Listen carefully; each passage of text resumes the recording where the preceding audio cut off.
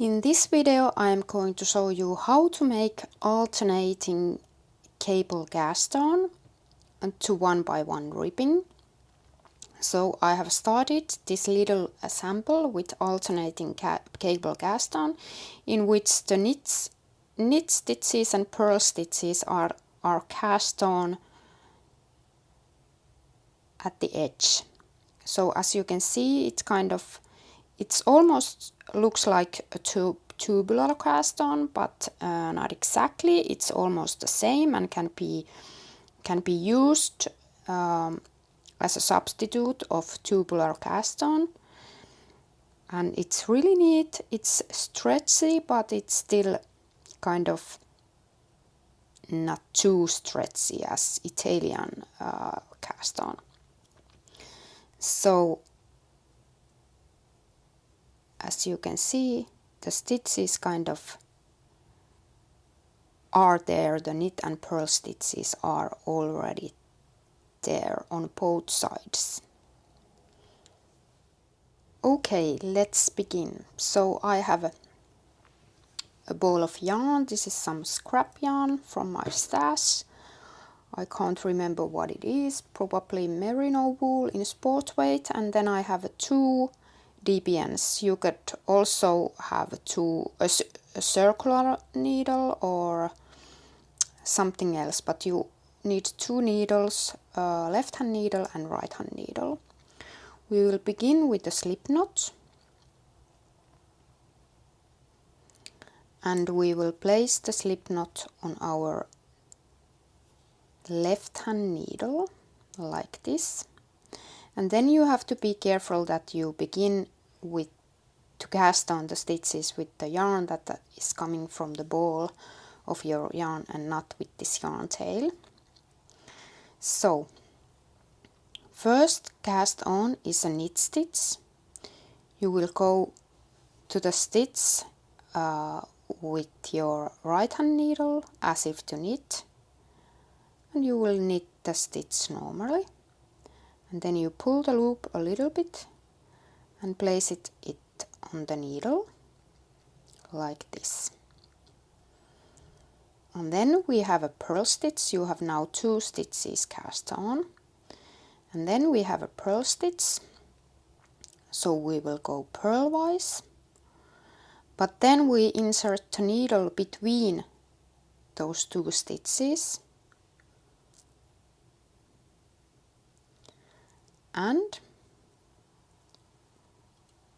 we purl through between those stitches and pull the loop a little bit, place it on the needle and tighten it up. Then a knit stitch again. We go between these two stitches and knit the stitch between those stitches, place the yarn on the needle, and then purl stitch.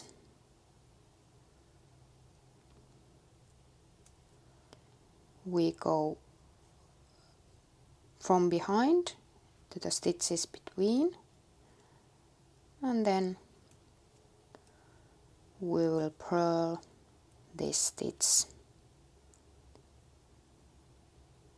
between those stitches, place it on the needle. Now I have cast on 5 stitches. For this sample I'm going to cast on 12 stitches, and now as you can see, the yarn is coming between these two first stitches to the front of the fork.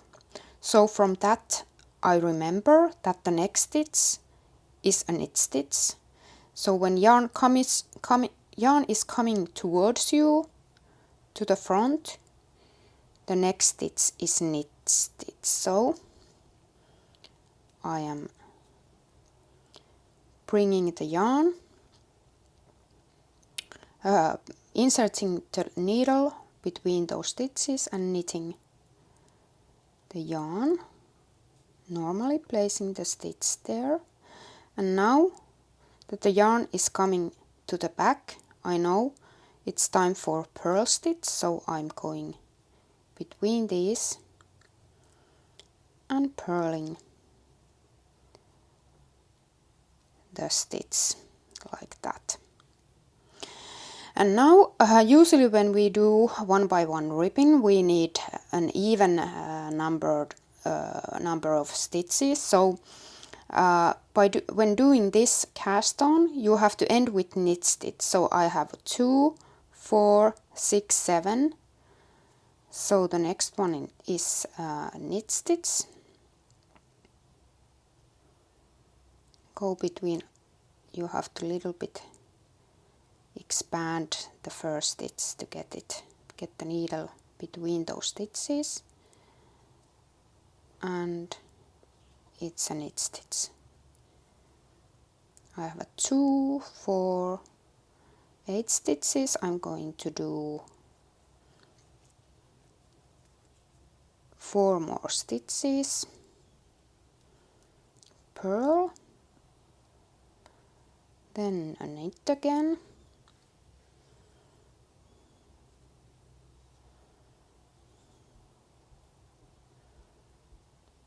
and then a purl stitch again,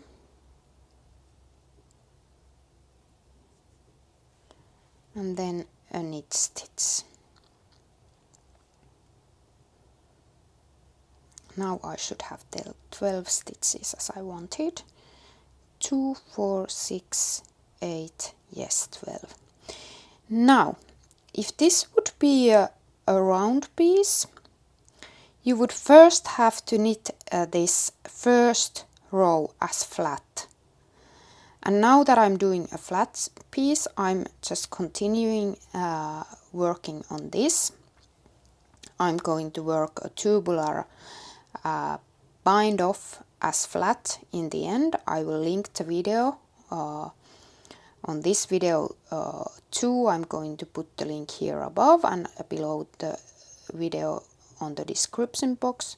But if you would do a round piece, you can join this in the round, but first you have to work this first row as flat and then make sure that you have first stitch as a knit stitch.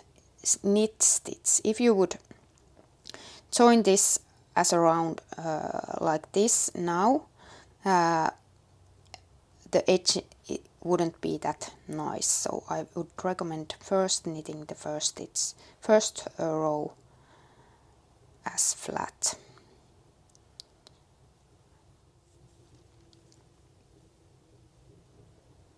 And here you can see I have the knits and purls in the beginning of this cast on. It's really neat for a beanie brim, for example. Thank you for watching.